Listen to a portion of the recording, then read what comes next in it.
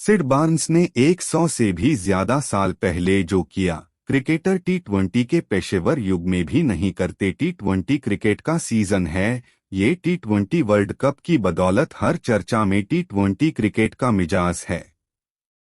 Cricket की दुनिया में बढ़ती पेशेवर टी20 क्रिकेट लीग ने तो खिलाड़ियों की लॉयल्टी पर ही सवाल खड़ा कर दिया है। न्यूजीलैंड के ट्रेंट बोल्ट ने जो सिलसिला शुरू किया वह बढ़ता ही जा रहा है। घरेलू इंग्लिश क्रिकेट के लिए नए स्ट्रक्चर के सुझाव में सर एंड्रयू स्ट्रॉस ने भी तो यही चेतावनी दी है। खिलाड़ी किसी काउंटी क्लब के सगे नहीं रहेंगे और सबसे ऊंची कीमत देने वाले के हो जाएंगे। इसे आधुनिक क्रिकेट का अभिशाप कहा जा रहा है, पर विश्वास कीजिए ये सच नहीं। इंग्लिश क्रिकेटर सिड बार्न्स ने 100 से भी ज्यादा साल पहले खुद को बेचा था। जो ज्यादा पैसा देगा उसके लिए खेलेंगे।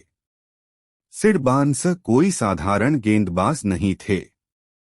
अपने करियर को लंबा खींचने के लिए 30 साल की उम्र में काउंटी क्रिकेट खेलना छोड़ दिया, पर क्लब क्रिकेट खेले।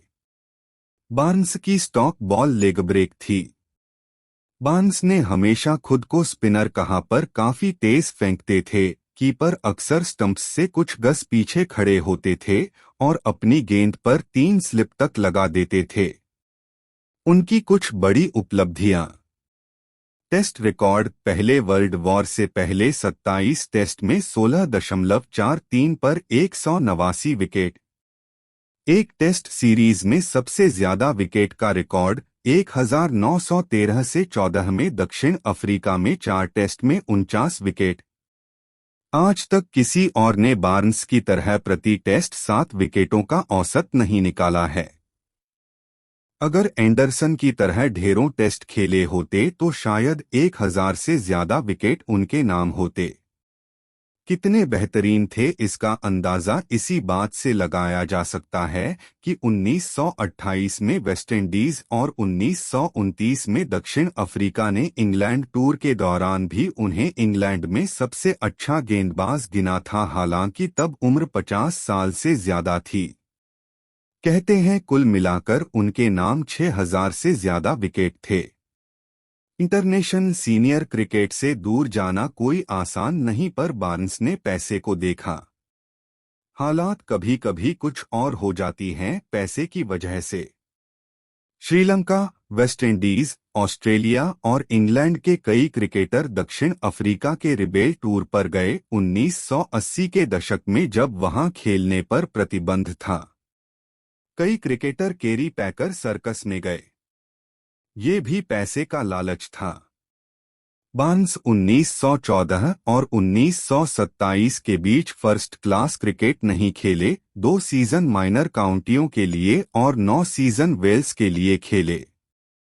36 सालों में सिर्फ 133 फर्स्ट क्लास मैच खेले, इनमें से सिर्फ 89 इंग्लैंड में। उनका एक ही मूल मंत्र था, वहां खेलो जहां कम खेलकर ज्यादा पैसा मिले।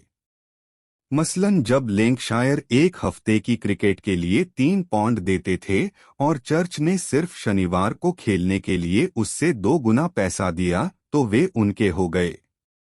बचे दिनों में तब स्टैफोर्डशायर के लिए माइनर काउंटी चैंपियनशिप में खेले। अब आते हैं उनके सबसे अद्भुत टेस्ट रिकॉर्ड से जुड़े सवाल पर, जो ये बताएगा कि 100 से भी ज्यादा साल से पहले फायदा उठाने के लिए वे क्या कर सकते थे। क्लब क्रिकेट खेल कर भी वे टेस्ट टीम में खेलते थे।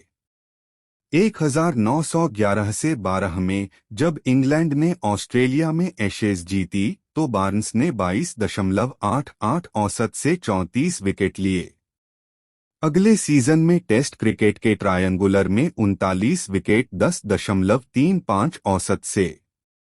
1913/14 में दक्षिण अफ्रीका टूर, जिसमें 4 टेस्ट में प्रदर्शन 10 से 105, 17 से 159, 8 से 128 और 14 से 144 था, यानी कि कुल 49 विकेट।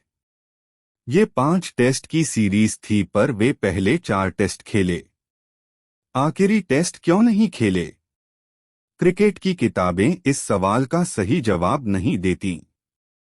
अगर वे ये टेस्ट भी खेलते तो शायद एक सीरीज में सबसे ज्यादा 60 फीट विकेट का रिकॉर्ड बना देते। तब लालची बार्न्स ने जो किया वैसा तो आज विराट कोहली ने भी कभी सोचा न होगा, हालांकि वे तो ऐसी मांग से ग्लैमर को जोड़ देंगे। उस टूर में बार्न्स की गेंदबाजी ऐसी चमकी कि स्टेडियम खचाखच भरने लगे। हर कोई बार्न्स की गेंदबाजी देखना चाहता था। सीरीज के दौरान उन्होंने कहा कि पोर्ट एलिजाबेथ के 5वें टेस्ट मैच के दौरान अपनी पत्नी को इंग्लैंड से बुलाना चाहते हैं। तब पत्नी के टूर पर साथ रहने जैसा कोई सिस्टम नहीं था। इसलिए बार्न्स ने इंग्लिश बोर्ड से नहीं, मेजबान बोर्ड से कहा कि उनके खेलने से पैसा कमा रहे हैं तो उनकी पत्नी के ठहरने और अन्य खर्चों का इंतजाम करें।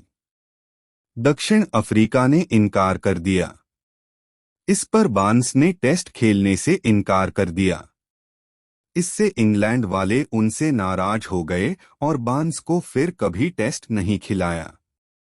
वे इतने बेहतर गेंदबाज थे कि वर्ल्ड वॉर के बाद भी टेस्ट खेल सकते थे, पर इंग्लैंड ने मौका नहीं दिया।